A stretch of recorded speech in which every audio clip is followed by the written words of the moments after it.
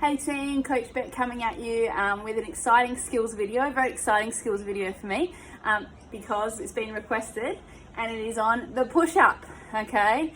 One of the most basic movements that you'll see, I suppose, in any gym setting or any kind of class environment. Push-up always is a recurring thing, and something we teach at the very first class when people come into the gym for the trial, and it's one of the first things we teach in foundations.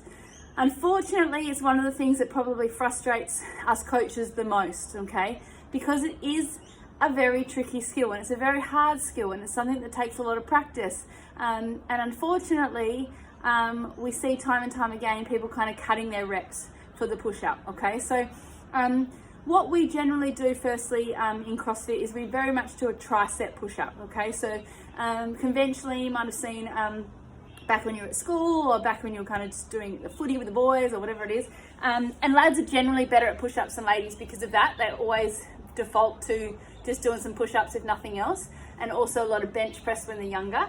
But conventional push-ups might have a nice wide grip, but we definitely do what we'll refer to as a tricep push-up. Now there's a couple of reasons for that. Firstly, it transfers to so many other things we do in the gym, okay? We don't do a lot of stuff out here. We bench occasionally, but more of our stuff is kind of nice close grip. Think about when we go overhead, when we do ring dips, when we do even wall balls, when we do handstands, we're all in nice and tight. Also, I like saying that foundies, think about if I had a flat battery in my car and you needed to give me a push, you wouldn't kind of get behind it and push like out here. It's not a very powerful position. The powerful position is to be nice and close, elbows tucked in, pushing with your body, okay? The other reason is it's really underutilized muscle, the tricep, okay? So if we can use it and engage it in a movement, we want to encourage that, okay? Because we pick up stuff all day using our bicep, which is the opposite to the tricep, but the triceps really don't get much work unless we're throwing or lifting over our head, okay? Which is pretty unusual in everyday life. It's why ladies always say, I've got to get rid of my tuck shop arms, okay? We want to use the tricep as much as we can. By obviously using it as much as we can, it will also benefit the other things. So our presses, our split jerks, everything will go better. Handstand push-ups, all that will get better quickly, okay? That being said though, we need to obviously engage the right muscles and do our triceps, our push-ups properly, okay? So we're going to talk about some variations, quite important to be able to get that right. And it is better, 100% better, especially from a coaching point of view, to be doing your standard correctly for all of your reps than it is to start at a higher, I suppose, standard and then just kind of cut out and do half your reps, okay? It happens all the time. We see multiple push-ups in a workout. We see everyone starting, yeah, I'm on my toes, here I go. First 3, 5 are really great. And then towards the end of the workout, they are just rubbish, okay? So we would rather see you stack it up with an ab mat, go back to your knees, get it right first before you then move on to a harder rep. So, a couple of key points with the push-up. Actually, I'm gonna take my jumper off because it's quite important that you be able to see chest to ground as well, okay? Always wearing double CFQ at all times. So, our full RX push-up, we are on our toes, okay? Quads and glutes are engaged, okay? We want to be nice and tight through the quads and the glutes. Think about the example of someone's had a few too many wines. You try to pick their, kind of knock themselves out a bit. You try to pick them up, they're so heavy, okay? It's impossible, okay? Because they're limp and they're not helping at all. We get into the gym, we do a warm up and it's a partner carry, okay? You're giggling, easy, you can carry them easy, okay? So think about that the same with glutes and quads on as opposed to just kind of all floppy, okay? So make sure they're nice and tight. We want to keep the elbows nice and close to the body. I tell the kids to imagine they've got a laser pointer on their elbow and they're trying to shoot the bad guys behind them, not out here pointing to the side, okay? So make sure I can get in the shot.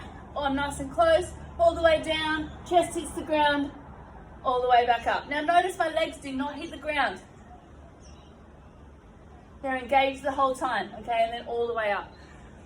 The legs not hitting the ground will ensure we don't snake, okay? They should be turned on. If we're kind of dropping down like this, we're normally snaking, okay? Or we're just kind of losing that bottom bit where we're in control, okay? So make sure they're nice and tight. Main 2 reasons why we want to hit the chest to the ground. Reason 1, range of motion. If we can take a joint or a muscle group through a range without it putting any extra stress on the body, we want to do that, okay? That's with all of our movements. That's why we want to go below parallel in our air squat, okay? Encourage that. If you don't use it, you're gonna lose it, okay? So encourage the range. Secondly, standards, okay? Really important. I'm a stickler for the rules. I like rules, that's why I like CrossFit. If you're gonna do something, do it properly. That's my opinion, okay? You guys come to the gym, you spend an hour of it every day or there, okay? Why not do the things right, okay? So chest to ground. If you do not understand what chest to ground means, okay, get a bit of your drink bottle, pour some water on the ground, okay? And then if your shirt does not get wet, it's not chest to ground, okay? Put some chalk there, put a piece of paper. If the piece of paper doesn't move up under your chest, you're not hitting chest to ground. It's not ribs to ground, it's not belly to ground, it's not legs to ground, it's chest to ground, okay? You should all know what your chest is.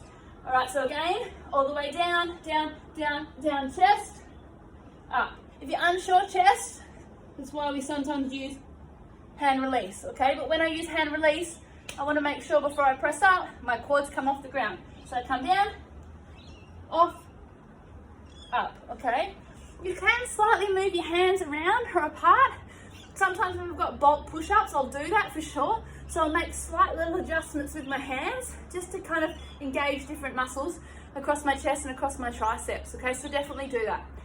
Obviously scaling, I did not start, Abby didn't start, none of us started with full RX push-ups, okay? Trust me, I had the weakest cycling arms when I started CrossFit. So we're gonna raise or go back. So if we can't quite do that, and I recommend this for a number of you, okay? Especially if we're gonna be doing the push-up challenge, lots of push-ups, go back to basics, okay? As soon as you start to feel them losing out, go back a step. So raise the floor. You could do it with an ab mat, you could do it with a plate, whatever. I could just get a plate if I wanted, whatever it was, but raise the floor. So you've got an easier range. So from here, quads down, I just hit my chest to the ab mat.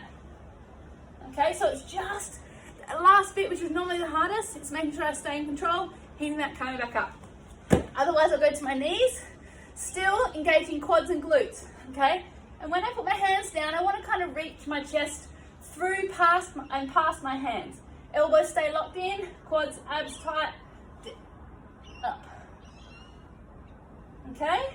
If I can't quite achieve that, no problems. I go to an ab mat or whatever, I've got a raised thing. Again, don't put your bum in the air, it's not pushing down like this. I want my glutes and my butt tight so it looks like I'm nice and straight. You can even set up your phone like me, have a look at yourself. Up. Okay, if I can't do that, I raise it even further. If I can't do that, I could grab something like a box here and do box or wall push-ups. All right, so have a go at that. As you're going through your reps, please make sure you do them.